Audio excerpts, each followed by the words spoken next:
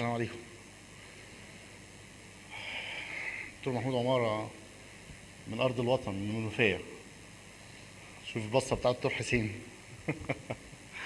أنا آسف والله لسه نازل من العربية حالا، فآسف لو كنت جيت متأخر شوية. ستارت. بسم الله الرحمن الرحيم. Magnesium in chronic kidney disease, should we care or not?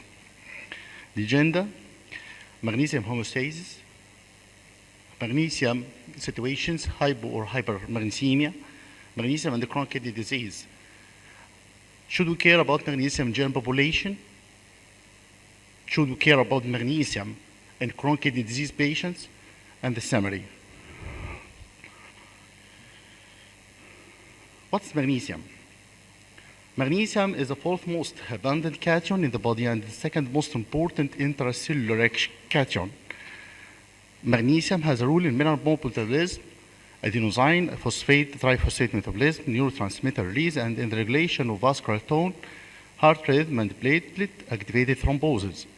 Three major organs are involved in the homeostasis of magnesium, involving the intestine, the bone, and the kidney.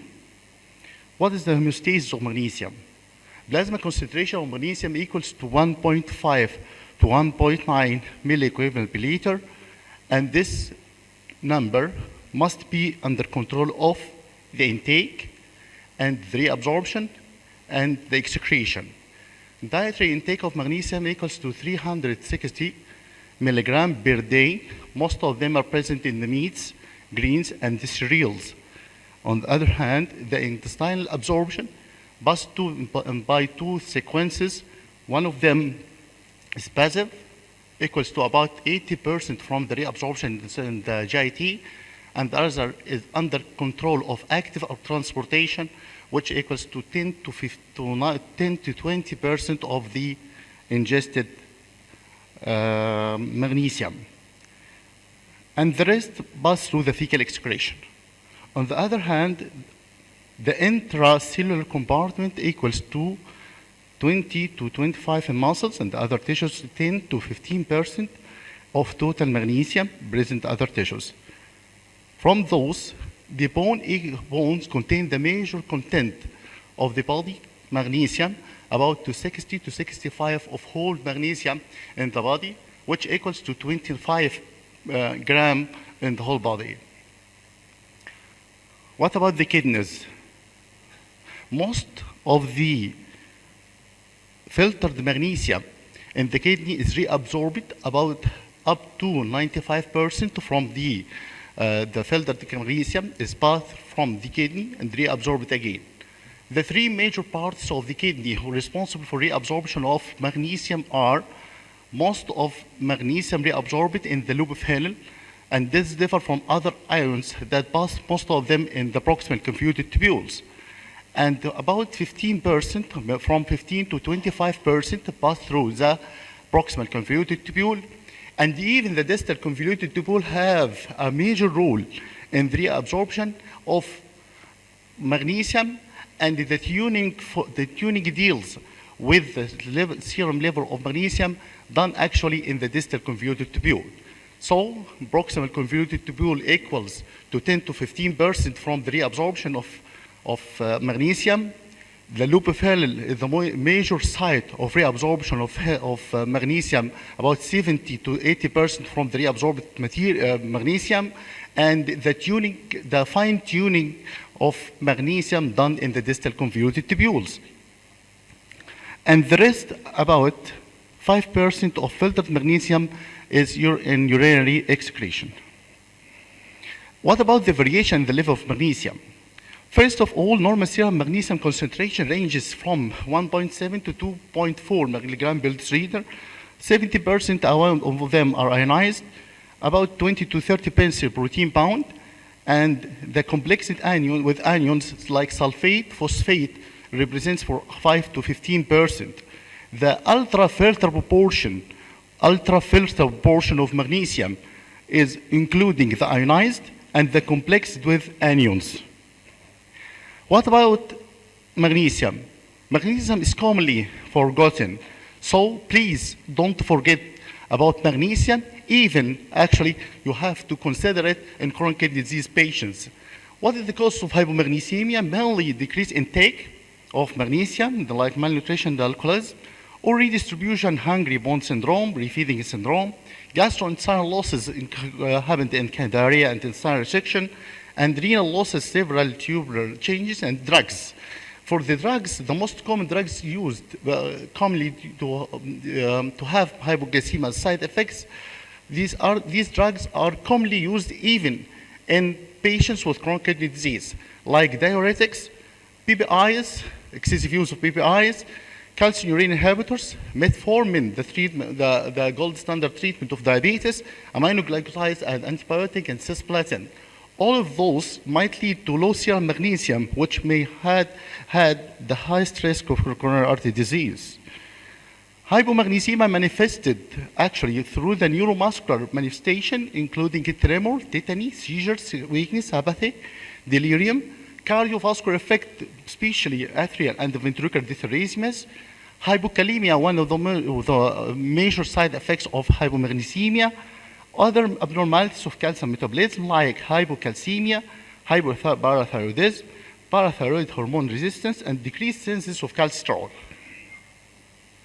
On the other hand, there is other extreme, it's hypermagnesemia, which is not more common in regular patients, but the major causes is the increased intake of magnesium, other side renal impairment or chronic kidney disease, manifested by cardiac problems like bradycardia, peripheral vasodilation, hypotension, myocardial infarction, other neurological findings like reduced or absent deep stentor reflexes, skeletal muscle become weaker until they stop, respiratory muscle might be reached to respiratory failure. We have to deal with this as an emergency by stoppage of magnesium intake and the usage of Lasix and calcium supplements. What about magnesium in chronic kidney disease patients? First of all, the three stages of 1, 2, 3 of chronic kidney disease with reduction of the GFR, there is a compensatory mechanism that maintains the normality of magnesium in blood. That's why there is no change even in the serum magnesium in the presence of mild renal impairment up to moderate renal impairment.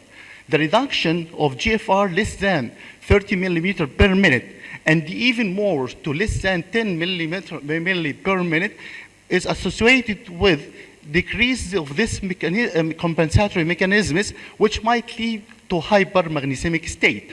And this is equals in this graph to by GFR runs with the serum magnesium according to the reduction of GFR. What about magnesium in end-stage renal disease? In end-stage renal disease, serum magnesium concentration usually slightly increase as consequence of reduced GFR. In patients with dialysis, magnesium clearance becomes dependent on dialysis. That's why you have to consider the general policy in dialysis. Patients have been avoidance of magnesium loading. Why is magnesium important? Magnesium actually have a direct protective effect against vascular calcification and an indirect protective effect through binding phosphate in the intestine. Here, okay, I'll use the cursor. Magnesium here have a direct effect on inhibits osteogenic transformation and even binds dietary phosphate. That's why improves phosphate control and reverses vascular calcification. Actually, it suppresses also parathyroid hormone secretion. This leads to inhibit osteoclastic bone resorption and stimulates osteoblast activity. Also, it has a direct effect in inhibition of endothelial dysfunction and inhibits vascular calcification and prevents hydroxyapatite formation. All of this leads to decrease in the vascular calcification in the patients. That's why lower magnesium concentration is under the scope and predicts the cardiovascular and all-cause mortality in patients with renal disease, especially associated with the increase in the left ventricular mass over the following years. A lot of studies done to see the relationship between lower level of magnesium in peritoneal dialysis patient, in chronic kidney disease patient, and even in patient on hemodialysis. All of them reached to the conclusion that lower serum magnesium is a risk factor for cardiovascular mortality in maintained hemodialysis patient. In comparison between high and low level concentration in dialysate of magnesium, they found that the high level of magnesium concentrations has little and smaller and very little side effects towards the incidence of hypotension and cardiovascular events in patients with on hemodialysis. So what is our question for the first? What is, should we care about magnesium or not? Yes, we have to. Definitely we should care. Why? Because magnesium has a mechanism to protect toward this multiple process like transport function, signal transduction, enzyme activities, energy metabolism, and nucleic acid and protein synthesis, neuromuscular vascular process, and the magnesium actually possesses an anti-sclerotic effect through the anti-inflammatory process and antioxidant properties, conversely by inhibiting endothelial proliferation and endothelial dysfunction, and the magnesium deficiency is closely related to insulin resistance and metabolic syndrome. Even in normal persons or normal population, there is a increase in the risk of development of both chronic kidney disease and end-stage renal disease in persons with reduced serum magnesium. مش أنا.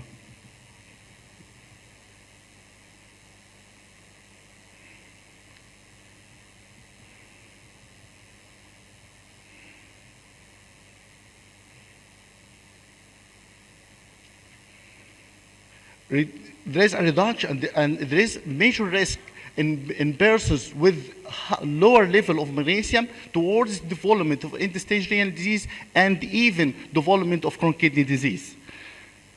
What is the relationship between magnesium and the vascular calcification, BTH, osteoporosis? All of them are parameters involved in the chronic kidney disease stages. Magnesium prevents vascular calcification in clotho-deficient mice. The rationale, magnesium is associated with less cardiovascular mortality and chronic kidney disease, and it determines the effect of magnesium on aortic calcification in clotho. The results: high magnesium diet prevent calcification in clotho mice, and in the same time, high magnesium diet caused osteomalacia in absence of clotho. So magnesium is considered as a magic bullet for cardiovascular disease and chronic kidney disease, and the low serum magnesium levels has a relationship with higher carotid endomedia thickness, higher pulse wave, and atrial ventricular syndromes. A lot of studies, but through the atrial stiffness increase, wide pulse pressure, and vascular calcification. There is close relationship between magnesium and the parathyroid hormone, even from old science in the New England Journal of Medicine, 1984. There is a hypermagnesemia rapidly decreases the secretion of parathyroid hormone, even in the presence of hypocalcemia. And the magnesium, and both calcium and the magnesium has a direct effect on the stimulation of calcium sensing receptors. That's why even magnesium able to activate calcium sensing receptor, although with a potency 2 to 3 folds less than calcium, and both of them have different receptors on the same receptor. On osteoporosis, magnesium and osteoporosis has a direct relationship because the content of the bone of magnesium and magnesium increase the reduction of magnesium increases the friability of the bone, and even in studies of magnesium with risk of hip fracture among patients undergoing hemodialysis, there is finding provide further evidence that hypermagnesemia, at least within the clinically relevant range, decrease the risk of hip fracture in hemodialysis patients. The close relationship between magnesium and the dialysis depends on the disorders of magnesium in homeostasis are very common in dialysis patients. That's why the recommendation is recorded that pre-dialysis magnesium must be measured on a regular basis, and the dialysate magnesium concentration must be reviewed according to the level of magnesium which must be charged. In patient on hemodialysis, there is 3 concentration actually from the dialysate. One of them is low, half millimole per liter, and others 75 0.75 millimole per liter, and the biggest one is 1 millimole per liter. There is 1.225, and there is also 1.5. Most of them, when using dialysate magnesium of 1.5 millimole, episodes of hypotension during hemodialysis were less common when compared with the low dialysate. And even in one of the major meta-analysis reveals that the patients with chronic kidney disease and end-stage renal disease who have hypomagnesemia have a 32% higher risk of death from any cause. So, magnesium is a therapeutic target. Indication of magnesium in therapeutic targets in preeclampsia, arrhythmias. Supplementation of magnesium is important in type 2 diabetes, improved glycemic control, even hypertension, acute myocardial infarction, muscle cramps, atherosclerosis. The association between of hypoglycemia and low dietary intake with risk of development of renal disease like coronary artery disease, metabolic syndrome, type 2 diabetes. In normal population, hypomagnesemia is a risk for cardiovascular disease in the general population, and that's why most of the studies must be done to show the relationship between magnesium and replacement to protect cardiovascular and kidney damage. Even the studies reached the conclusions that magnesium supplementation was safe and well tolerated with no adverse events related to magnesium treatment and no instance of symptomatic hypomagnesemia. That's why we have to treat patients on hypomagnesemic state in chronic kidney disease and even those in patients on hemodialysis. Magnesium deficiency should be supplemented, and magnesium could be used as phosphate binder, differ between the aluminum containing phosphate binder, but has some side effects like GIT upset, and even high concentrations might lead to diarrhea.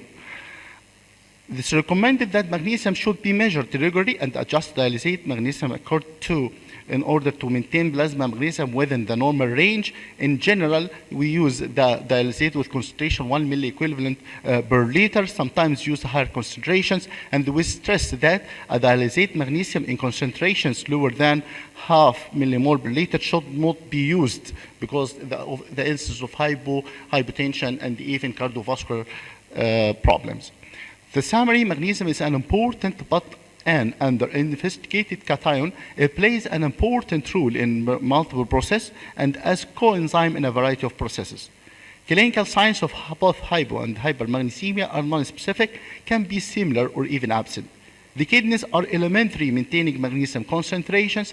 In chronic kidney disease and end-stage renal disease, the ability of the kidney to regulate magnesium levels probably disappears. Low levels of magnesium are associated with cardiovascular events. Please measure magnesium frequently. Knowing the results of magnesium, a tailor-made dialysate magnesium should be implemented in daily clinical practice. That's why the key messages that delivered now, the role of both low and high magnesium in general, but especially in relation to chronic kidney disease and the dialysis patients is discussed. Thank you very much.